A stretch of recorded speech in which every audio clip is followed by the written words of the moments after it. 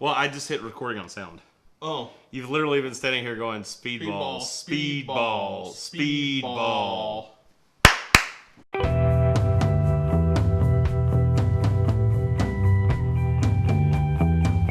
guarantee you one of those tools opens up beer.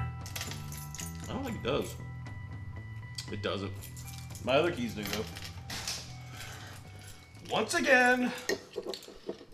That's how you get your beer open for you. Yeah. Hello and welcome. Yeah, do you want to start it now? Sure. Welcome to The Struggle is Real. We're talking about different various ways of keychain beer openers today. I miss the days when I cut your mic. And what we're going to do is we're going to explore the different kinds. This one, obviously, is the best kind. There we go. Look at that. It comes off. Well, now I was going to show you up and then mine didn't open. Welcome to the Preacher Podcast, brought to you by the Baltic Effect and Trentendo. I'm Trent. This is Nate.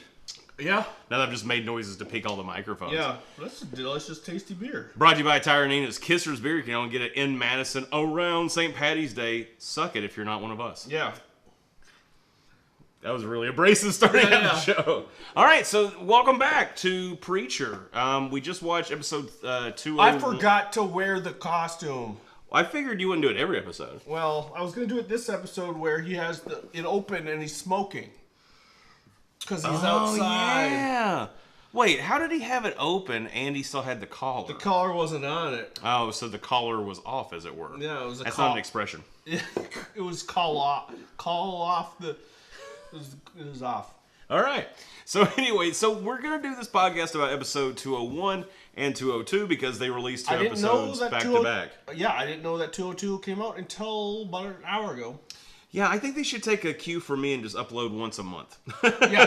So that's perfect for your channel. All right, well, before we begin, do you have any quiz questions for me? How many million foreskins a year in this country, America, United States? Million. How many million? 40. 70 million. I almost said 70. Shit. Year. 70 would have been correct. I should have said it. Which feels like an incredible amount, considering what do we have, like 300 million people on this planet, which means that there's over... Wait, did you say that you have 300 million people on this planet? On this country, I mean. Oh, okay. Oh, yeah. And if it's 70 million a year get circumcised in this country, that would mean, and I'm assuming that those are mostly male children, and I'm going to say, even if... I'm going to say it's 100% that they're male. Yeah.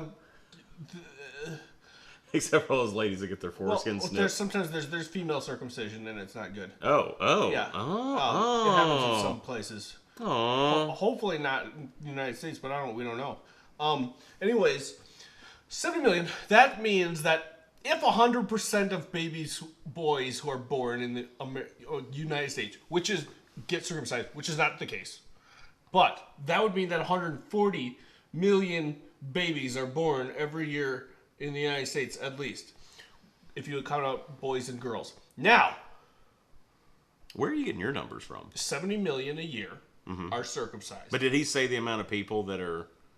He said how many people are circumcised a year. Right, that part I got. And you're getting your babies. number of how many people. We have 300 million people in the country. Uh-huh. We're doubling our population every 2 years according to his math, which is not the case. No, it's not. It seems like a crazy statistic from a guy who's he also gave the other statistics of where those foreskins go. Yeah. So I would like to see like some numbers on that. Too bad Alexa's gone. Who wrote... She's in my bedroom so I can listen to music in bed. Who sings Come On Eileen? Oh, I should look this up. It's like Somebody in the Somethings, isn't it? Yeah, it's like Freddie and the Treymores. And it is Dexy's Midnight Runners. Okay. It's like one of those songs where you just like... I just noticed that you got your notes over there. It's so funny. I looked over, I saw like your scribble scrabble. That's all I have for notes. It's just those two questions? And then I have like smoky something hand, some smoky brain hand. Remember when she said something like that? And then I wrote down... Yeah, that's what it's like. Where's Cassidy getting all these jackets? That's another question I have. The trunk of the car. All of his clothes come from the lost and found at the church. Oh, that's right. So he didn't have anything. Yeah. So it's a bunch of I was thinking in this episode, it's funny that I could imagine the trunk of the car being like Like in the middle is Tulip's like all of the crazy get-ups that she's got, and then the like right side of it looks like the catalog that they shopped out of for Fight Club, and then the left side just a stack of black shirts and, and pants. That's what I imagine. That's what it is. That's all the questions for the quiz? Yeah, there's no quiz. Well, we did them last year. Did we do quizzes? Yes, we did. Okay, well in that case, send in your questions What? to nate@natebjork.com. now I have to check another email. Yeah, you do. Did you not check it for this one? No, What do we have questions? it's too late. I'm not. I told you. I even sent you a text today. I was like, I don't know if you had any questions sent in. Oh, And you didn't respond to it. well, Yeah, there it is. sorry, listeners. So if you want to have your questions Last ignored, year. send them to nate@natebjork.com. I didn't remember that we did it last year. I guess we should say, I didn't mention it at the head, but if you're just coming on this season, we have, if you're listening to this, there's a video component. If you're watching it, you can get this just audio component. Depending on which way you're getting it, go the opposite way if you want the opposite. We're on YouTube. If you do look, search for Trentendo. Go on the iTunes, do a search for Baltic Effect or Preacher Podcast. You should be able to find us. But normally on our other podcasts, we do the Nate Bjork Podcast Pod Quiz. We have two people squaring off, Nate being the quiz master. But since it's just me, you can just ask me questions. I can get them wrong. So, So, are we going to do any more? Or just want to go on with the episode? whose bar? What got Vishnu is the answer to that question. Next. I did say it's Vishnu's restaurant. Yeah. Oh! What else? I'm coming off the top of my head. These are all off the dome and under it. Oh, Jesus. Don't be on the dome. What is the how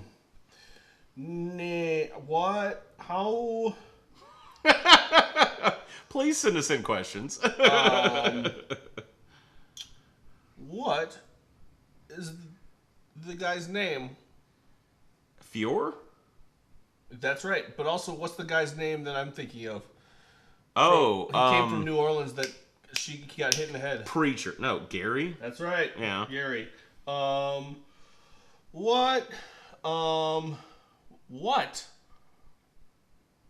are the two most common ingredients of a speedball? Oh, yeah. So I'm going to say heroin and cocaine. Correct. Hey! And it's usually the original was cocaine and like morphine sulfate or something. It's cocaine and some kind of opiate. Most usually heroin. Interesting. So is it like they take it when they're doing the... And it's usually shot intravenously. That's what I was going to ask. Do they just mix the cocaine with the heroin when they're doing the little spoon And I believe that's how Chris Farley died, right? Oh, really? I think that was his.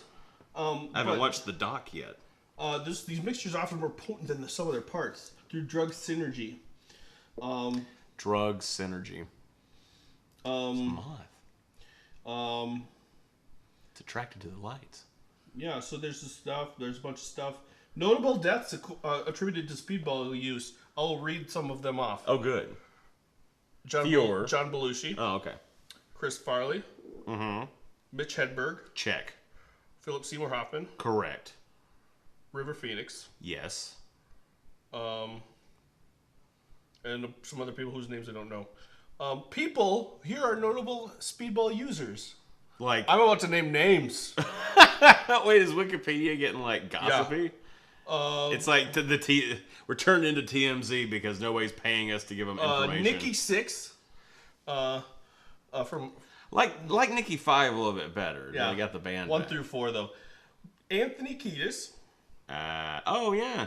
Kurt Cobain. Not anymore. None of these people anymore, presumably. David Crosby who doesn't even smoke weed anymore, according to a tweet he tweeted last year. Lame. Jerry Garcia. Miles Davis. Ryan Adams, not Brian Adams. Is it Brian's brother? Yeah. I don't know who Ryan Adams is. Slash. Yeah, makes sense. Craig Ferguson. No way. Courtney Love. Well, yeah, it makes sense. Oh, no. She said she had done both parts, but not together. So these are just That's people... not a real speedball, Courtney. So wait, is there a list of people that just admitted to having notable users? Yes. This is like the ringing endorsements part of it. They're like, these people have tried. Yeah. That's their Yelp review. These are the certified buyer review on Amazon. Also, there's been at least one confirmed death as of today, recently, of tainted cocaine in Madison, Wisconsin right now. Oh, really? Yeah, so if you're a cocaine user in Madison, don't do it. So the very small subset of people who actually sit down and watch YouTube videos about Preacher, I don't think they're the same people that do a lot of cocaine, probably, huh? I don't know. They're not sitting there going, yeah, come on, more explosions, go. Right? Probably no. Yeah. That's not their demo. They're not going to be sitting there. They're not going to be like, all right, I'm going to watch this and enjoy a delicious beer. Probably not. Well, let's back away from that a little bit. So let's now, talk more about drugs. Yeah, we're gonna back up a little bit. I want to back up to the first episode. So, like I said, I don't know why they would put out 2 episodes in a row. I did look up and make sure that the next episode is next week. Yeah, there wasn't gonna be another one tomorrow. Yeah, that's an interesting way of doing it. Also, something interesting when I looked that up, they were renewed for 13 episodes. Wikipedia only lists 7, but granted, all the stuff is like TBD or TBA. Mm-hmm. So I don't know if like they've only been given like 7 titles. You know what I mean? So they know that those 7 are. Sometimes they split up a season or something, so maybe they're waiting to give the rest of the info out. I don't know, but I know that they were renewed for a 13 episode. Oh, some thunder. 13 episode season, and I'm only seeing 7. God's doing speedballs. Is what thunder means. I said, God damn, what a rush. I said, me damn, what a rush. All right, that's enough of that. So, first episode of the season. Yeah. What did you think about it? I really enjoyed it. Oh, my God. But I really enjoyed it. Yeah. With the one caveat. Sure. I'm going to miss. It feels like, and this is just a total guess, and it's probably true because that seems like what a comic book would do, is now it's going to be an on-the-road journey. Yeah, that's what the comic was. And I like that little town of Anvil. Mm-hmm. And I like all the characters in it. Mm-hmm. And I like Thor, the meat guy. I like that weird family where the husband beats his wife and she likes it and the kids confused. I like that. I love the small town kind of shit like that. Because it was kind of a character in the show. Very Americana, yeah. I like that a lot. Mm-hmm. I will like the travel element as well, but it's just a different. It's a radical shift in gears of storytelling. Well, it means it's also going to be a bunch of new characters every episode almost. And what's interesting is that we just finished watching American Gods season 1. A similar type of scenario. It very much is, which is interesting. These Lord of the Rings does this. Lord of the Rings is just walking. The Dark Tower. These are all exploring. Dark Tower. It's an adventure. It's going on an adventure. Mm-hmm. But what's interesting, this in American Gods, I was thinking this when American Gods was being announced, because I just kind of knew based from you like what it was about. I was thinking that the fact that Preacher came out and did pretty well. What was that? God, is that the sirens? God's doing lines, guys. This isn't live. I don't know why I'm saying it. Like, if you see the house get ripped off, no, it'll turn this off and no one will ever see it. No one will ever see it. So anyway, getting back to it, I was thinking that it's interesting that Preacher might have helped pave the way for the American Gods show. Because American Gods, this is what I'm getting at. I don't think that's true necessarily after I thought about it a little bit. But initially it was like, it's a lot to ask of an audience. And that's why I said a lot during the first season is like, we're asking you to stick with it because this shit's about to get off the rails. And it did. I think that they delivered. And it's a lot easier to keep going once you get that far. Continue. Magic! Okay, so anyway. Stop doing that. Alright, so anyway. We're going to step on that. That's fine. Alright, so I was thinking that... Seriously, stop. I'm going to bring Alexa in here. I'm going to ask it fucking questions. Okay. Alright, so anyways. I was thinking that because the show was so out there and they were asking so much from us to stick with it, that because Preacher came out and did very well, American Gods could walk out there and be even more ludicrous. It could be even more over the top and ask even more of their audience. But then it occurred to me that American Gods isn't a new book. That's been around for a while. And I looked up the dates. Preacher started the comics in 1995. American Gods in 2001, I believe it was. Not a lot of time between. It's been a long... So that means they had to have been working on this for a long time for American Gods to come out. I know they have for Preacher. Excuse me. Still getting over a cold. But I had the thought dismissed it, but I do think that it did in a way ready audiences. Like anybody that would have got into the first season of Preacher could have very easily gotten into American Gods. What do you think? Yes. I mean, sure, yeah, I could see that. I think that's as far as the similarities would go, besides being a road trip. Yeah, and the God element, you know, like the spiritual. It's just a road trip with spiritual shit, and it's hella violent. I think, in my opinion, but this is I didn't want to go here, but I think in my opinion, the theology in American Gods makes more sense than the theology in this Preacher, Preacher's I mean, out there. I mean, in terms of internally with itself. So here's my thing, and I was thinking about this, how I was going to talk about this yesterday. Was you'll have this Genesis, the voice of God, right? And you have within, and this is an all-powerful, this is the voice of God.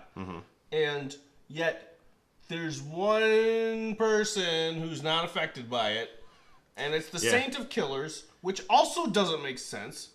To my knowledge, there's another person that can't be affected by it too, but I'm not going to tell you who. Okay. You'll find out. Okay. Presumably, unless I misremembered that. But it's just it's only convenient for the story. It doesn't make sense to me. Yeah. It seems like if, I mean, I'm glad that he has that like kryptonite, but but if the Saint of Killers couldn't be affected by it, I feel like the angels shouldn't be affected by it either. Right. You know what I mean? Like I think tit for tat. Because saints are according to the church, right? I don't know. I wasn't. I was not raised in like the Catholic kind of where there's saints. The saints are former people who are now cool. Yeah. Because a bunch of cool stuff happened. Yeah, like just like the Saint of Killers was a former person. Yeah.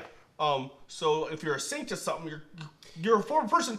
So but an angel's not even a person. But like so the voice of God works on people and on angels, but not on former people. Yeah. So what does that even mean? And then I mean maybe that's who have the power to kill angels with their God guns and their God bullets, which are, by the way, those God guns and God bullets. It's interesting you call them that.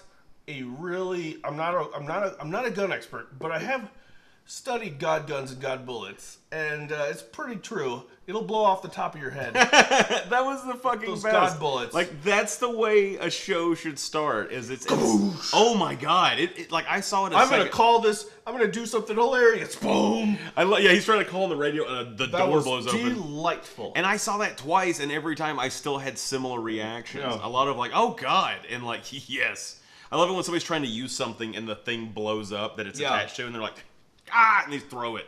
Like I love that. That's my favorite. It's a very specific thing. I love very specific things.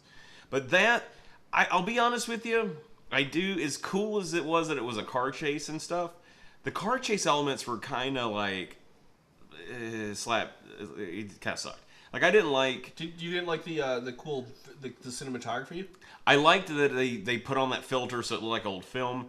But those literally two shots in it bother me. It's where they're on one side of the car and they've done that over like super contrast. And I understand that they put that filter over it like old film, but then when they did the contrast, it's a different contrast to the shot that was immediately before it. So it goes from looking like something real, which it was, to something that is very much on a soundstage. Like it looked hella on a soundstage. And when a car looks like it's on a soundstage, you've kind of lost me. Okay. So it was like two shots, and then what's the stunt driving that they do? Oh, they hit the ramp, so you go up on two wheels. Oh, man. Yeah. Now they're driving backwards. Like, you could have, like, substituted in... Also, this just occurred to me. Uh-huh. When do we first meet Tulip? When she's in an awesome car chase. Yeah, and what was she doing? Where she driving in this awesome car chase? Cornfield? Yeah. Yeah. So that car is able to drive through fields, right? Sure. Okay, what were on both sides of the road on this? Fields. Oh, right, there were fields, a way to escape that wasn't, oh no, there's cops coming this way, and there's cops coming this way. Having said that, though, because it then... And once you're driving in the cornfield, they're out of fuel. Ethanol, boom, corn, grab, corn. Get Cassidy, the chemist, back in the back seat. Because he knows how to make drugs. So get him brewing some ethanol back there. Mm-hmm. What else could he do? I'll do that, and then somehow make it a diesel car. What would Tulip be doing at that time? I just wanted to run you out of steam on that. The thing that Tulip's driving, son. The thing that made up for that is that it immediately went into that ridiculous scene. And I got to say, of every show that I've been watching this year that's either come back or started new, that's the most excited I've been on a first episode. I know you're partial to other shows a little more, but to me, that was a really good. That's a great first episode of a season. I want to talk more about this scene. Just a couple more things. Go for Just it. a couple more things. Mm-hmm. Texas, I love. It's so great. Texas, I've only been there a couple times, and I love it because of how much they love their own damn state. All the songs about it? Their badges have a picture of Texas on it. A lot of badges have pictures of states on it. Okay, how many Wisconsin people have a belt buckle that's shaped like Wisconsin? Not many. No, but they should, right? Yeah. Yeah. But this is the other thing that I really like. You ask any given state trooper. Uh-huh. Oh, and also, part of the uniform is a cowboy hat.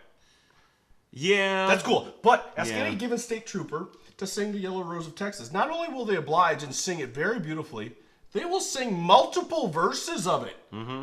Multiple verses. Who knows more than one verse of a common folk song? Little known fact, they'll sing it. They'll also mace their balls if you ask them to. Uh-huh. Yeah, That's what Texas. Oh, Texas is so great. Also, they have Texas Rangers. You mean the movie? The show? The Walker Texas Rangers. Oh, okay. Well, there was a movie just called Texas Rangers, and There's it had James Vanderbeek or somebody in it. Okay. So, all right. So you like Texas. That's what's cool about that scene. I don't know. Maybe it's just I have this romantic idea of what it is. Like, they think they're their own country. Yeah. They're still... You could probably still walk into any place in Texas and they'll have like a Texas state flag that says secede on it. Like, and not because of anti-North, anti-whatever kind of things. It's just they're like, we're Texas, we're our own thing. It's a whole other level of the South will rise again. Yeah. It's like another echelon of that. Or yeah, whatever. And they're not even the South. It's Texas. No, it's Texas. Like, if you told if you were down in Texas and you said we're in the South, they'd be like, no, we're not. No, the South is a very specific clump. Sorry, Texas, you're Texas. Oh, they'll agree, I think. Yeah. I want to know if it's true if you're walking around and you see people and you go, the stars at night are big and bright. They all clap. Heart of Texas. I want to see if that happens. I mean, granted, I'm sure it's like, yes, if we do it, we have to. They make you do it. You get taxed if you don't. Yeah. So, yeah, that was interesting. So, we started off with all that awesomeness. He uses Genesis to make everybody do all that. And Tulip is not a fan of this. She just... Yeah. That's kind of bugging me that she's so anti that. I get it. It's like mind control, but it's like, would you rather go to prison? Like I wonder if there's... Yeah. That's a... Like, what's her alternative? Driving from them and them chasing and getting into massive wrecks? Is that better? No, yeah. I think you're right. I think I'm trying to. It makes me curious. I hope maybe they'll explore this about her because, like, she was so reactive to being made to kiss him. I wonder, like, if this loss of independence, maybe she really reacts to a loss of independence. Maybe like in the next episode where Gary's trying to get her to do stuff or whatever that what she doesn't want to do. She's like, Gary's not going to tell her to do anything next episode. Right. I'm saying in the episode after the one we're talking about right now, which is gotcha. She doesn't want to feel like she has to answer to anybody or feel out of control in any way, and also maybe like, I don't know.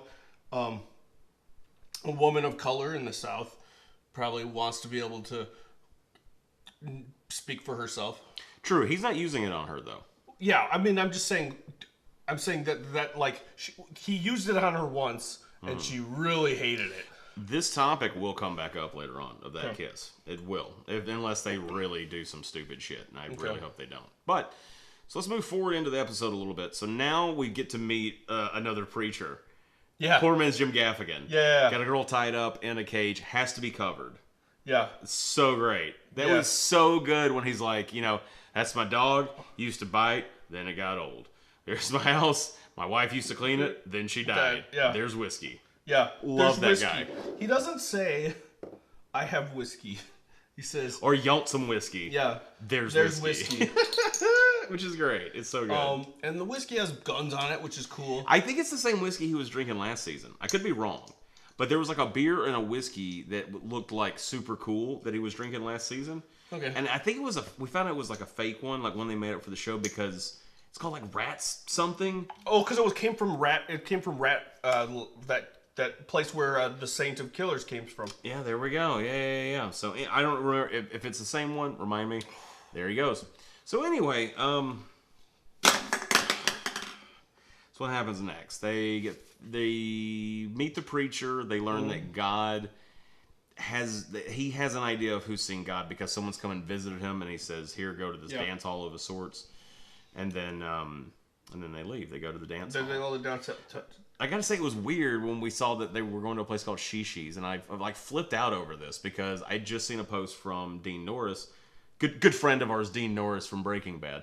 Now, I'd seen a post where he's working on a new show, and he took a picture of himself in this like all white suit he was wearing, and he's like, "We're gonna go do this and then go to Shishi's," and I didn't know what it meant, and then all of a sudden a sign says Shishi's in this episode. I'm like, "No way, he's gonna be in this." Dean Hank Norris is going to be in this episode. Anyway, he wasn't. And was he? Not at all. Okay. No. He wasn't the second time I watched it. He wasn't in there either. No? So I don't know what he was talking about in that post. Maybe the one that's in Louisiana, although they're going to Louisiana next. Getting back on this, though. My favorite thing about the strip club is that you can see what's going on in the background on the TV with Cassidy. Yeah. And he's getting handsy with the girl. Yeah. Because at first you're like, oh, okay, it's a throwaway joke. He got a little handsy. She pushed him off. Yeah. He's fighting with a bounce. I love that. Yeah. It's more than a throwaway thing. It turned into a part of that story. Those two roads converged. I liked it. Yeah. That's funny. I should drink more beer on podcasts so I can burp. Yeah, you should. When we normally podcast, it's on headsets. We're sitting at our computer in like a dark, dank room, and we're like golems huddled over our computers. Now, we can hit, the mute button. We can cough, sneeze, blow our noses, drink, whatever. So it's a little different when we're doing this. And even though we did a whole season, still not used to it. Yeah. So anyway, what are your thoughts about Shishi's? I don't think it should be called a dance hall. When I hear of a Texas dance hall, I think of a place where you go and you do your line dancing. The Eagles Lodge. Yeah. No, well, he said it was a dance hall of a sorts. He was making a joke. Okay. He knew it was a titty bar. He knew it was a strip club. But there's no nudity. $50 fine. How much is the fine for nudity in the dance hall? $50. Yep. What was on the shelf behind Preacher's head when they're in the office? Tampons. And paper plates. Paper plates. That's the tampon and paper plate shelf. Yeah. It's the paper shelf. It's where you keep all your paper goods. Tampons, paper plates. And there the Twain show. Oh, I think the Twain. You're out of paper plates? Unroll. You're right. Nature's paper plate is tampons. Yep. and paper plates are nature's tampons. Mm-hmm. Wait, did I say that? It doesn't matter. So I thought that was cool. Kind of sucked that she died and he had to get that information. But I mean, we know that like every place he goes, he's going to be getting the next clue where he's going to go. So it's not too much to worry about. But yeah, so they go from the strip club. Where do they go after that? I think they just go to the hotel from there. She dies and says that he came for the jazz. Yeah, they go to the hotel. Then they see the Ganesh thing. Well, what's interesting, and then the episode ends with Preacher after they have their like fun time bang fest. Preacher goes outside, has a cigarette. He's like, stop. The guy doesn't stop. Cut for Steve. Dedicated to Steve. That episode was. I wonder who the Steve was. I should look that up. Do you know? Buscemi. I hate you. So anyway. Big Fargo fan. Yeah, all right. So in that, we get the first glimpse of they're at the hotel with the, what is it called? It's the group, the gathering. Like Association of Gun Aficionados. It starts with a G. It's a G Association of Gun Aficionados. I thought it was AAGA. I thought it was GAGA because I thought it was called Gaga. Yeah, I know. That's why I got excited about that. Okay. I'll have to go back and look. But all we hear is... So I thought you were gonna finish it. I didn't. I was just hinting. I like that song way too much. What's the wink count so far? Viewers, write in. Yeah, I'll put a counter on the screen. No, I'm not. I'm going to do as little editing as absolutely possible on this. Like even I'm standing here sweating and. Oh, hey, wait a second. Remember what I used to do all the time last season? Oh, what was it? Oh yeah, you should do more of that. Yeah, he likes it when I do this. I actually don't care. I never minded. It's just funny. But don't say what it is, in case people are just listening. I'm not going to. Go look up Trentendo on YouTube and watch. Well, the kids these days. Okay, so here's the thing. Don't say what it is. I'm not going to say what it is. I'm not going to say what it is. If you mess it up right now. Listen, so help me God. This is what I fire people for. So, nowadays they have the kids have fidget spinners. Have you been... and that's why. That's fun. Have you... That's so great. I wish I was editing so I could do like a slow-mo. That was good. So what... Have you thought about getting a fidget spinner? No. I love it. No, okay, so I like the idea. It was never... you're like, no. I don't want to go off topic here. Well, I do. I'm going to go off topic. So the fidget spinner... Stimming is definitely a thing that there's kids with sensory issues, kids on the autism spectrum, kids with ADHD, things like that. It does help someone focus, you know, if they have something to fidget with. And I think a fidget spinner is an absolutely cool thing. I would have gotten one had it not become popular. But now it's like everyone's got one. The other day I was in Walgreens and there's this kid walking around like spinning it, like he was spinning he just like, bought it in Walgreens too. He was listening to his Hy-Vee headphones. sells them now, dude. He was walking around spinning it like this. He's just like with his mom. His mom was like doing regular shopping, and this kid's like, and he was holding it up high, like, yeah, what, just my fidget spinner. When I was 14 years old, a family friend... It's like a yo-yo. That was a big thing when I was a kid. When I was 14 years old, a family friend had a beeper that quit working, and he gave it to me. Yeah? And I wore it around. And like... You piece of shit. Hang on. Like how... Yeah, I was talking to somebody about this the other day. And I would like clip it on my pocket where you could see it. Or like...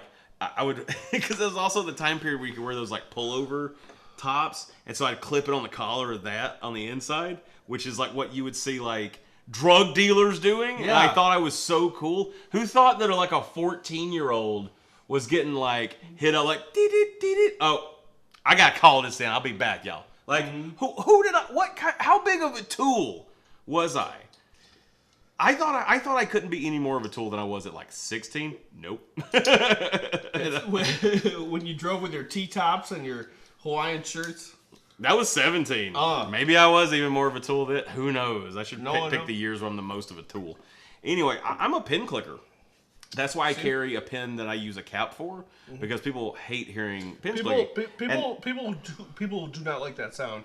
Well, it helps. It's fun. Here's the thing. For me, I only do it because it's there. When I take it away, I don't have any I don't stop functioning. And I don't reminisce of the time when I was clicking a pin. I just do it because it's there. So if I had a fidget spinner, I'd fidget with it, but I don't feel the urge.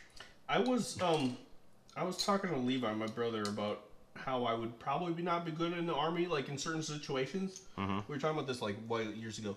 In like certain situations, like the kind where like, let's say it's World War II and you're in this like this foxhole and you're sitting there and you have to be quiet. Safety on, safety off, safety on, safety on. Safety off. Click, click, click, click, click. That's just what I would do the whole time. Click, click, click, click, click, click, click. Shut up! I would shoot you. I would get friendly fire. Yeah. All right. So anyway, that episode. Here's the thing. Watch the episode twice. Both times. Did that episode not feel like it went by crazy fast? It went by quickly. Yes. It felt like it was half as long as the second episode, and they're the same length. I thought they both felt quick. The second one felt a little bit longer. What's Frank Patel's nickname? I'll give you a hint. It's a paraphrase of Frank Sinatra's nickname. Oh, it's the old Brown Eyes? Yep. It said on the marquee before Ganesh got there. It said Frank Patel, old Brown Eyes. Nailed that one, man. I don't know a lot about Sinatra, but I know that a little bit. He also liked Yardley soap and the color orange. Did he? Yeah. Moving on. So, second episode, all right, oh God, where do we even, I forgot where it even started because... Oh, it started with him going, stop, right. Don't come. So we had the Radio Gagas out there with their guns. I love it that it was like the short, housewife with the assault rifle with a grenade launcher on the bottom of it. I like that she did that. Like, she's fired a grenade launcher before. Like, she kind of knew how far to... I'm really curious now. She kind of knew how to Angry Birds that grenade. Oh, is it a was it a red bird? The big red bird? It was the black one. It's the black one. Yeah. I don't know why this meant black. Because I was like, it's smaller than the big one. Yeah, it is smaller, slightly smaller than the big red one. Anyway, yeah. So that happens, and there was the delivery truck crashes. That happens. Tells them to run. They all get shot and whatnot, and then that gives them a time to get out of there. And the guy's like, trying to. Do you think ginger ale really is good for blood loss? I don't see how. Blood loss, or I thought he said blood lust. I love how that would be what a vampire would say, right? That ginger ale helps with blood loss. Well, neither one of them makes sense. I don't know why neither one makes sense. Ginger ale is good for your tummy. Not for mine. It gives me indigestion. Ginger ale gives me indigestion a little bit, little heartburn. That's kind of the opposite of what it should do, right? I'm not a big fan of ginger. Yeah. Well, moving on. So they get out of there, they narrowly escape, and they go and they spend pretty much the rest of the time at that shitty hotel, the whatever. Wait, you are a ginger. It took me 5 minutes. But I did bring up... It took me 5 years to get that. There is one thing that I noticed in between the episodes, and I mentioned it to Nate because I would have brought it up on this episode if we were just talking about the first one. I caught the back... As they showed the commercial of the Amazing Ganesh or whatever it's called. Ganesh. They showed this like part of his nugget. Ganesh is the elephant one, right? Vishnu, or no, that's the lady. I don't know. Maybe Ganesh is the elephant. Is Ganesh the elephant? I don't know. Hindu friends, write in, please, or Hindu fanatics. Anyway. They showed the ad for Ganesh, and and I was like, you recognize? I think that's the angel. He recognized the back of his head. Yeah, I win. Eat it. I could make a very sexual joke about how you recognized him from the back of his head. But I'm not going to. Yeah, you could. All right, so he was doing it with. We were best friends. So anyway, I love how the stuff with Cassidy and Preacher was okay and cool and interesting, and it helps move the story forward. But I think the big draw in this episode, maybe it's just me, was the speedball, like we were talking about earlier. That was fun. Turns into a Fear and Loathing in Las Vegas all of a sudden. Sure. They make a fort. I love that the fort gets cooler and cooler. Well, I love that. Well, yeah, but I love that it's the end of that. Like they make it, and they could have just like used it and forgot about it, but they built it. Like I think everybody watching that is going to be like, "Oh, blanket fort," because there's like nothing more fun in the world than a blanket fort. Banana splits. Oh. Banana splits are the bomb, yo. Do you think that Fior sobered up for his show by killing himself when coming back? That's what I would have done. That's what I would have done. Like quick sober up. You're like, because otherwise you're not like, I gotta drink a bunch of coffee. No, you're just like, yeah, and your clothes are fresh. Oh man, I feel good. I'm like totally sober. He always comes. Do you think if you wake up and you have to get ready for work in the morning, you just kill yourself, and you're so tired, and you know that if you just come back to like you're just way too. I would stay up every night, all night, and kill myself every morning. If that refreshed you, yeah, I would never sleep. Seriously, yeah. Just kill myself, yeah. God, because sleeping's great, but waking up sucks. We need to be really careful. Right now, Netflix is under a lot of heat about shows about suicide. Oh, don't do that. They're going to sue us just like people sue Netflix, because I have that kind of money. No, we should LLC this bitch so that we don't get sued. And it actually took a little while to figure out that he was killing himself because he wanted to be with his bud, with his mate, and he just couldn't. So that's really, really sad. I'm gonna cough again. Anyway, so thought that was cool. Thought it was funny. Thought it was a lot of fun. And then now we're gonna be going to Louisiana. I'm obviously leaving a lot out, but what did you think about it? I liked it. Aside from like some of the like logistical things. Like? Oh, I'm sorry. Oh, like a saint that... You see how you don't even think about the video being on? Yeah. Yeah. A saint that can kill, like what are the rules? There aren't any. I think that's the thing that bugs you is there's no rules. It's all open. It's wide open. I liked it. I like the singer and how he's frustrated because now he has to be a magician's assistant and kill somebody every night. Yeah. I don't like how the heads look hella fake. It looked really fake. I want to say I haven't seen the severed head. It might look fake as hell. But I want to say I like how at casinos. I mentioned it looks like a head. At the end of the show, they just remove the body, and I assume at casinos there's a person who removes bodies. Just throws them away all the time. There's a place to dump your bodies. It's Joe Pesci. Yeah. He shows up every day, and he's like, I'm here to amuse you? Want a clown? And they're like, just take the dead body away, Pesci. Stop doing bits. Stop dyeing your hair, too. Get out of here. So I did enjoy it. It was good. I'm excited. I don't like the love stuff. Stop doing love stuff.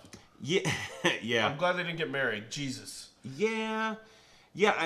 That's kind of, and that was one of the things that drew out last season that kind of dragged around was that in and out, not that way. With their relationship being like hot and cold, put it that way. Yeah.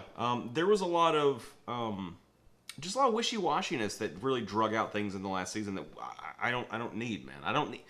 Don't tell me the same thing over and over again. Just because you need a B plot, man. And I know that there is kind of B plot in the comic, but in the comic you can pace it any way you want. You know, it's not a TV show.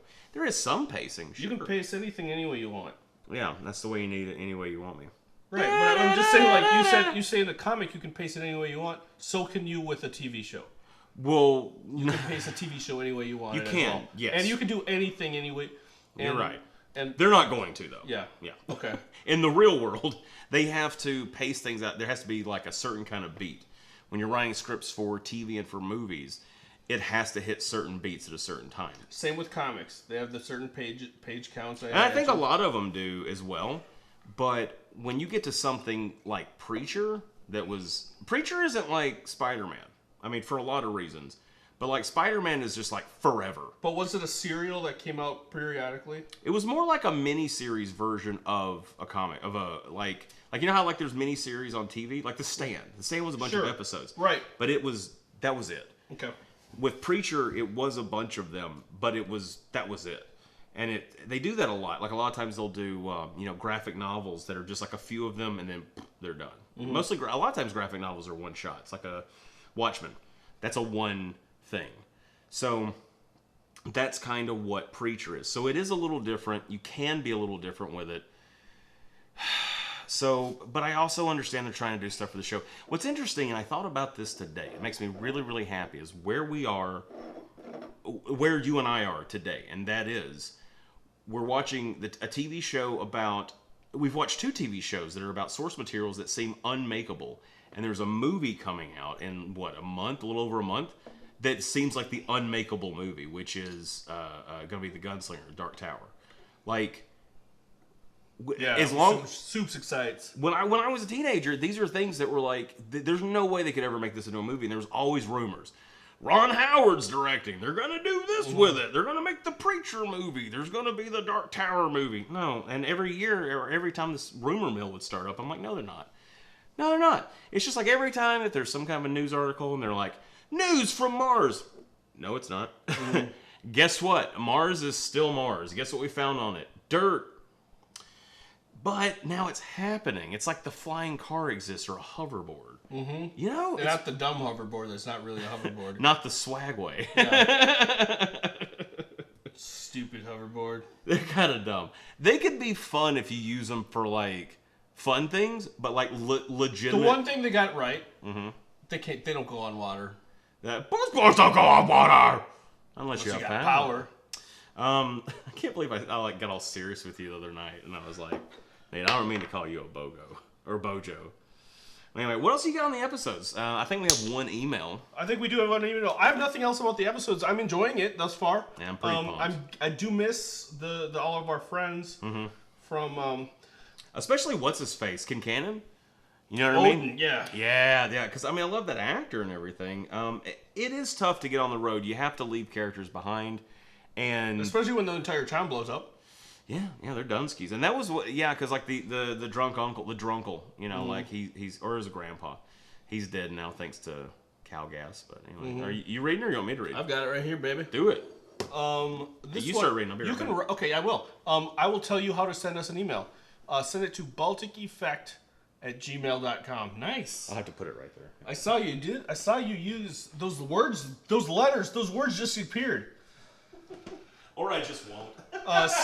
Send your emails to balticeffect at gmail.com. That's balticeffect@gmail. Okay. I'm glad you started reading them. Think about how it's gone. Shinogle. Hey, Shane. Says, Hola. Hola. I'm really excited for a new season of Preacher and a new season of watching y'all discuss it. Oh, thanks, buddy. I enjoyed last season, but I'm glad they're finally out of Anvil and on the road. So he's got the counter. He's ready for, which for those of us that do either like mediocre, like slightly know the comic, which is like me, to people that really know it, we know this is the comic. Yeah. This is where we are now. So yeah. But I get your side of it. Well, no, I don't. Yeah, I thought it's just a shift in, a shift in things. Yeah. It's like how Walking Dead will shift from being this season we're all gonna live in a place, and next season we're all gonna be running around. Okay. Yeah.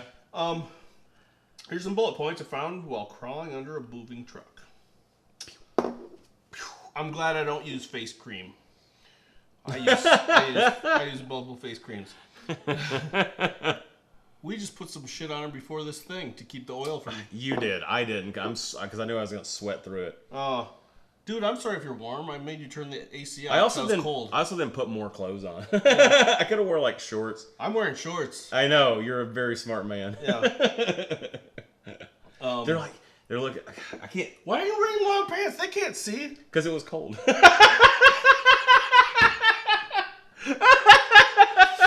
Stupid. I turned the hair on so it would get cool in here, and I was like, shit, it's cold a little bit. You even cut the fan off. You're like, man, I'm really cold. I thought you knew the AC was on because I didn't know the AC was on. No. And so then you walk over, you're like, oh, the AC's on. I'm like, yeah. It's so these lights today. don't melt us. Oh, okay. And then you cut it off, and I'm like, so you guys, it's like, I was gonna do something to be self-deprecating, but then I realized that like it's thanks to Jim Gaffigan, you just can't. You can't be like, he's so fat and sweaty. Mm-hmm. Jim Gaffigan's already done it. Yeah, and he did it very well. So here's something that pisses me off. He's coming to the comedy club on State soon. Oh. Why? It's a 350, 400, 500 person probably tops club. He's from around his region. Though. He loves the Midwest, man. He probably his likes wife's from Milwaukee. But he usually perform when he comes to Wisconsin. He does the Pabst Theater, the big ones. Yeah. But he's coming and of course it's sold out right away. Yeah. God damn it! And here's the other thing. He's only charging $35. That's cool. This is stupid. He could be making so much. You're mad because you didn't get a ticket. No, well, yes. I'm mad that I'm not doing comedy anymore because I could have asked to open for him because I do clean comedy about food. Do you? Yeah, you do. Do you? I mean, you remember me telling you about almost getting to see Jack White, right? Probably. Yeah, no. He was going to come to Birmingham, Alabama, which is crazy. Like, you know who comes to Birmingham, Alabama? Nobody. And like, it was like really, Pauly Shore will do the comedy club there, maybe if we're lucky. So, although I saw Louis Black there a long time ago. Yeah, before he got too political. But, he was always that way, right? No. Before he was just a asshole comic and it was great. Oh, yeah? Yeah. But no. So, he was going to come to Birmingham. He's going to play a place called Wordplay?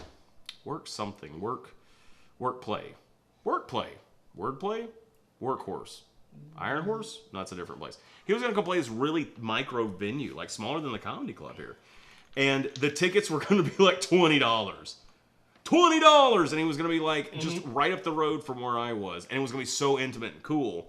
And they sold out. I started calling before the thing opened. It was ridiculous. So I feel exactly the same way, and I'm really sorry, buddy. Yeah, I mean, I have met him before. Okay, now we're being okay. And a book signing. You should read the email. Wait, is this? Do you own this? What's that? Clapton Unplugged? No. Brennan better not be leaving this. He leaves me all this shit. He doesn't watch any of that shit. He doesn't. He's leaving me all this shit. He He's leaving me the Queen live at Wembley Stadium. That was so good. If he's leaving that, dibs. Shares dibs. Shares dibs. I owned that tape until it broke. I listened to that specific one, the unplugged. What's funny about that version of Eric Layla Clapton, is so much superior. Pull that up. Yeah. What's funny? I'm sorry to harangue the show. I looked over and saw this lone DVD. What's fun about this is I think my dad had the tape or the CD or something. Yeah.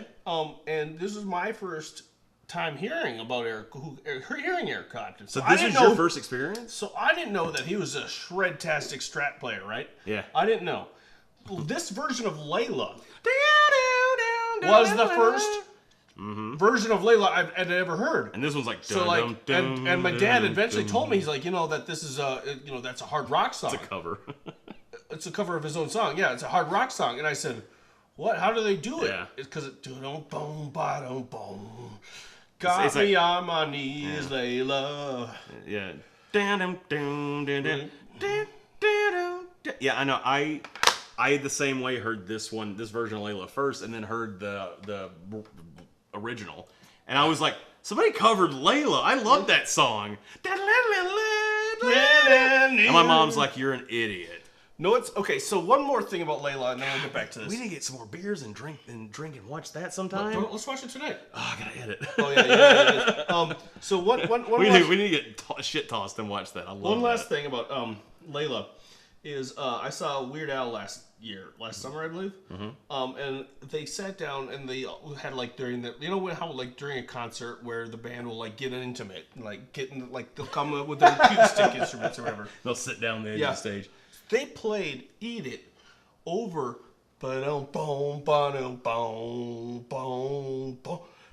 Eat It, singing "Eat It" over the Layla chords. That's amazing. It was brilliant. I love that guy. A friend of mine filmed a little piece of it, but if I had a recording of that, it was so good. He took his first hit. Weird Al took his first hit, acoustic-fied it, and put it over Layla. Oh, I thought his first hit song. Okay. No, Weird Al's first hit was "Eat It." I thought he took like a hit from the bow. Yeah. No. He's a vegan. He doesn't sing so he can't smoke weed. He doesn't sing "My Bologna" anymore. Oh shit. Okay, let's get back to this. Yeah, sorry, Shane. I'm sorry I saw that, but I got crazy excited that is being. I'm so glad the Queen DVD's staying too. Our roommate's moving out, by the way. For those. Yeah, our roommate's moving out. Yeah. I was hoping he'd be taking his stuff out while this was going on. We thought it'd be hilarious if he was moving while we did this and we didn't mention it. He's just walking out. So he's stealing stuff from our house. So it looks like someone's stealing. That would be such a funny bit. God, do over. All right. That police chase scene was back to the email. That police chase scene was awesome, especially the grainy film stock. Mm-hmm. This is also a great example of how I'd probably act if granted the power of Genesis. Why not have a crazy car chase if you can command the cops to let you go in the end? Yeah. Why would you just do it? Because it's fun. Yeah, that car chase, them deciding to do a car chase was the definition of white privilege right there. Let's move on. Sorry. She's right. Not white. No, she's not. You're right. But you brought up a good point when we were watching the episode, and that was, good thing no one's calling this in on the radio. Right. No one's calling this in, so they're You don't remember Smoking the Bandit, do you? I do. Did they not call that on the radio? It was a conversation piece at the beginning of the movie. They're getting ready to start on their journey. I'm out of beer. What do I do? There's whiskey. Canadian Club voted the rye. This is the Northern Harvest Rye. What is this? The 2015 Whiskey of the Year? Good job, Canada. We love you. Mm-hmm. Keep it up, man. Beat out Japan and Scotland. Yeah, man. Which I hear Japan's doing a good thing. Do you want some? Yeah, why not? A little tootski there. But I was gonna say something. I can't remember it. Oh, good, that one. I do like that one. What were we even talking about? I know we had the email to read, but there you go. Cheers, buddy. All right.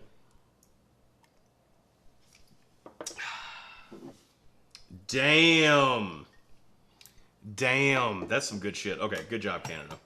Yeah. All right, keep going. On the one hand, okay. On the one hand, it's good that Tulip is reining in Jesse's use of Genesis. He doesn't need to use it constantly. But on the other hand, I hope she doesn't become the nagging significant other character. It would have made more sense for Cassidy to be the one using the intestinal siphon, but I thought that too. I thought the same thing. Yeah, but I guess he was too worried about burning up. Jesse puts the Genesis whammy on the store clerk without telling Tulip what he did. This is veering into Willow is using magic like drugs metaphor in the season 6 of Buffy territory. I never made it to season 6. I got until they were like in college. Me neither. I didn't make it to season 6 either. At first, I thought the story about the guy keeping the girl in a cage so she wouldn't be addicted to her phone was an exaggeration of scared straight type places. But then I remembered this is set in rural Texas, and there probably are programs just like this. Well, they grow. What'd she say? They grow something crazy, something down here. Yeah, I don't remember now. It was a funny line. We laughed both times. Yeah.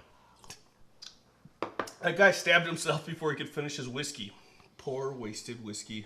Oh yeah. And also, that girl is still in a cage in his garage. But really, poor wasted whiskey. Yeah.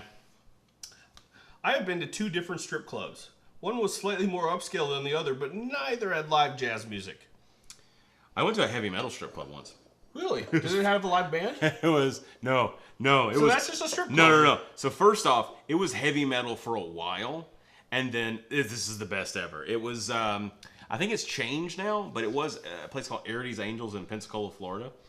Oh my God! So we get there, and yeah, it's a lot of hard rock, and it's like cool stripping going on, and then hard rock, cold cash, and soft warm taildays. Anyway, so no, they were. I haven't ever said taildays before. Nailed it. Nice. So anyway, we're sitting there, we're at the stage, and all of a sudden the song, "Look at this photograph," comes on. Every time I do, man. And the stripper comes out. Hey, good Canada export. Look at this. Don't make fun of them. Don't make Bad fun of them. Canadian export. Don't make fun of them. They'll be honest like a fucking tick on a June bug. They get mad. Yeah.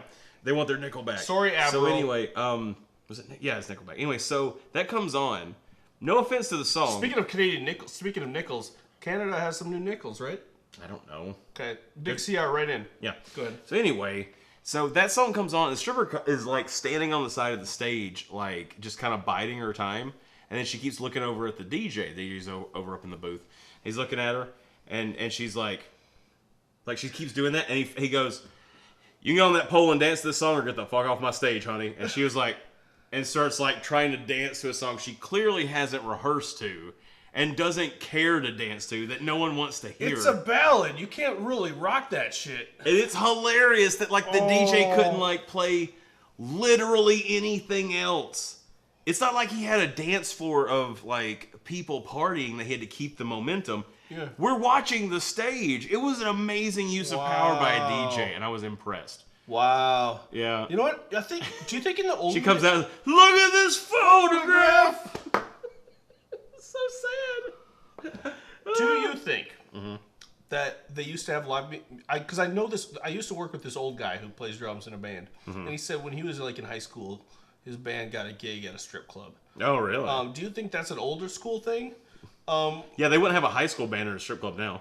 Right. Because they're in high school, and it's a strip club. Well, I mean, the drummer was the youngest person. I mean, in the band. it's not Texas. Yeah, but like, well, this was 1970s Wisconsin, which is Texas, basically. So it's the hottest winter in Wisconsin history. Yeah. Okay. Okay. Oh, neither had live jazz music. So Good. I think that's not the Good, Shane. Yeah. Good. Speaking of jazz music, it's fine and all, but the creator of the universe could do better in his musical's taste. Jazz is fun, man. You gotta find your. You know what? You gotta find a gateway. I feel like that's with a lot of things. Beers. A lot of people that don't like beer, you gotta find a gateway. With jazz, you gotta find a gateway. Here's an interesting thing about jazz, and I'm not a huge jazz aficionado, but every Friday night What do I do after work? You just literally go to watch jazz every week. Yeah. Every week after work, I go to this bar that has this 5:30 to 7:30 live jazz.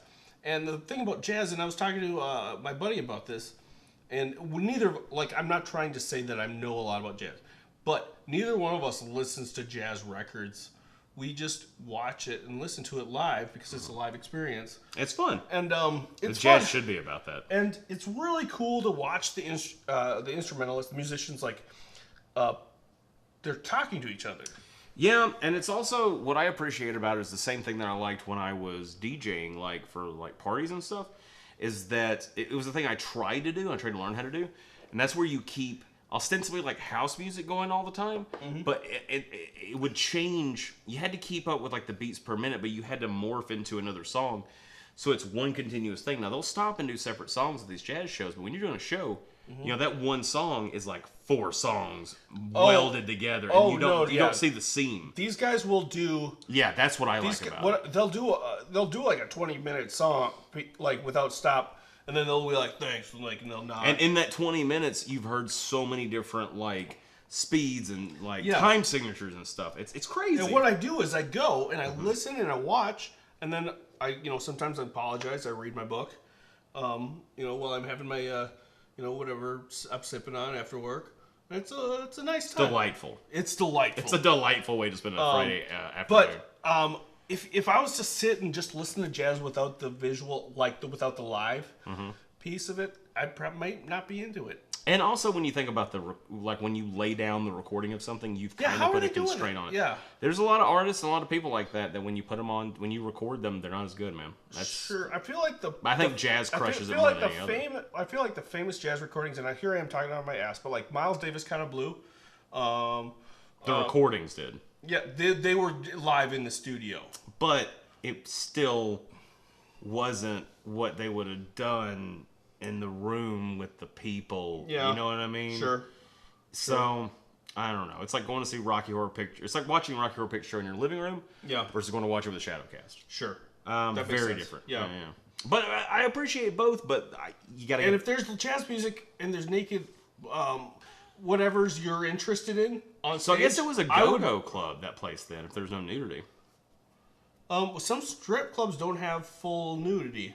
For example, any strip club on TV that's not HBO. Even HBO strip clubs, they'll just show titties. Mm-hmm. So. Well, yeah, because it's got to be a juice bar if it's full. I'm not going to get into this. Let's go to the next one. Yeah, there's different levels of... They get full nude at a juice bar. If they serve full alcohol, it's just titties. Or it's got pasties. In Canada... I've only ever been to full nude strip clubs. Mm-hmm. Oh, wait. Hold on. Up here it's fine. But in other places it's not. But in Canada, what I've heard about is strip clubs there, they don't have a dollar bill. They don't have a dollar...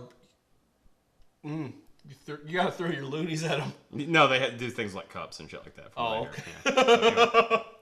Yeah. I used to really be into strip clubs, and then I moved up here and learned I'm not into strip clubs anymore. I'm not into it, man. I love the ladies, but like that whole thing of them sitting down and talking to you and like pretending to be interested in you, like I get a cold every time I go to a strip club. Have I told you this? Do you get a cold? Like when you come back, you're sick? I get a cold every time. And that's gross. It's disgusting. And you realize. And I don't want to, this is, there's kids that watching this. So kids, they put their boobies into your face. So that means they just got the cold Which virus. have been against every other dude's face in the club. Oh, so it grabs the cold and drops it off. It's a weird game of suck and blow. Yeah. So you're getting... When they're doing this, don't do it. Don't do it. When they're doing that, we're not that good of friends. Everyone else's germs. And at first it didn't occur to me. I was about to do it, but it didn't occur to me. Why am I getting sick every single time I get to a strip? Okay, so I've been divorced 10 years. I think you would say 10 times. 10 years. But the first time I went to a strip club, I think I went a couple times while I was married, and I would come home with a cold. And my wife would call it stripper tititis. And it was hilarious. I bet. It was a funny joke. Sounds funny. Mm-hmm. Okay.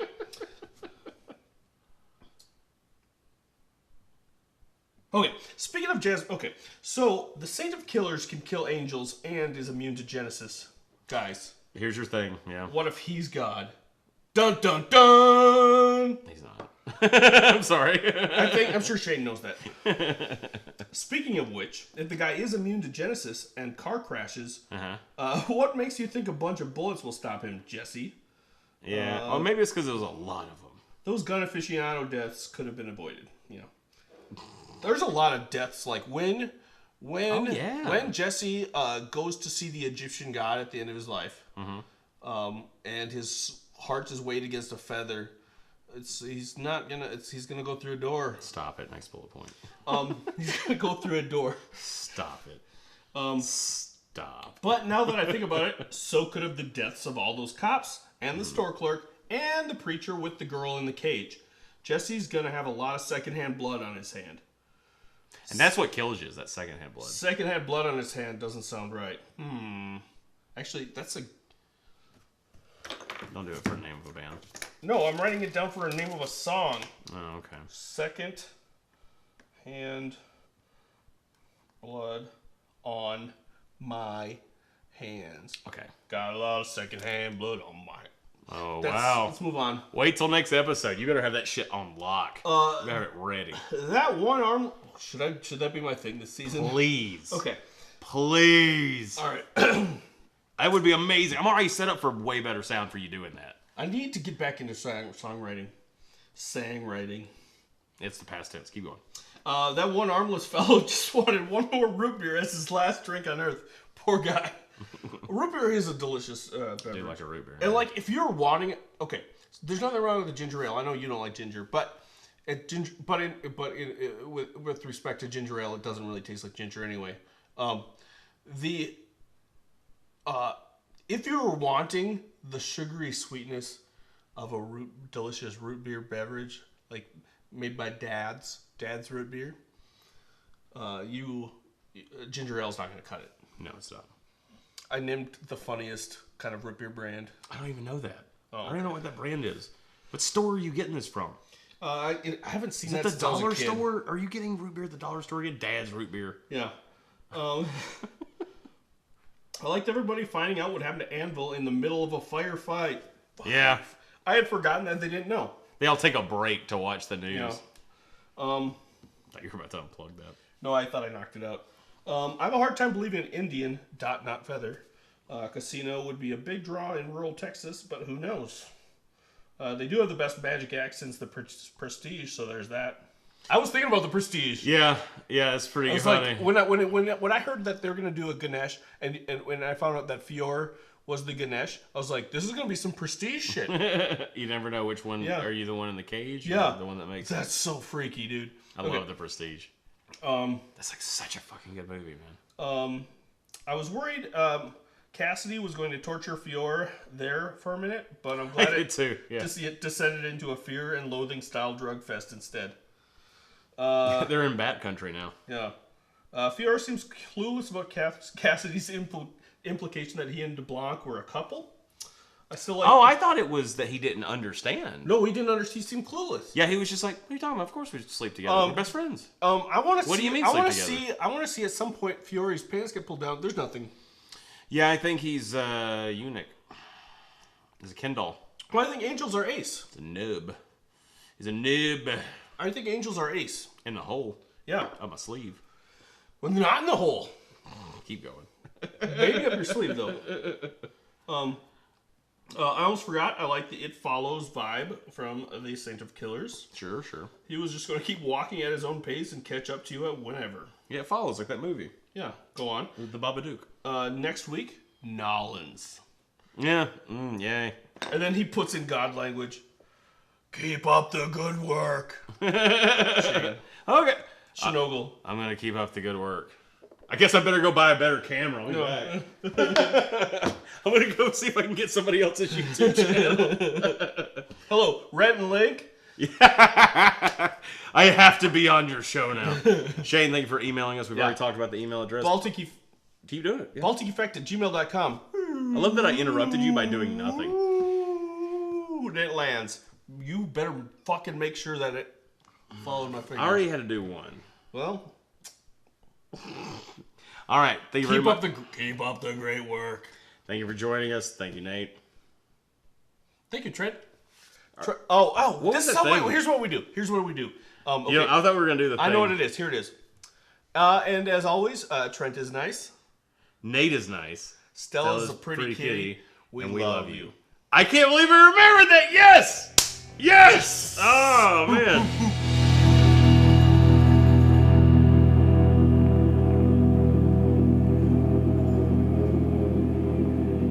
How do we look? How does it look from your angle over there? Looks great. Okay, How does it look from my angle over here? It's the worst. I can't tell because the viewfinder's on the right side, yeah. and this is my good side.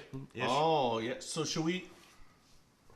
Well, that's the thing is that I having a camera with the viewfinder on the right side, and my good side on the left. Maybe we should get a bigger monitor, you idiot. I do. It's downstairs. I don't feel like getting it, but I'm gonna get a beer. You want one? No. Okay. Know why? I'm gonna drink a Kisser's beer that you're not drinking. All right, give me a Kisser's beer. There you go. That's how you peer pressure somebody into drinking alcohol.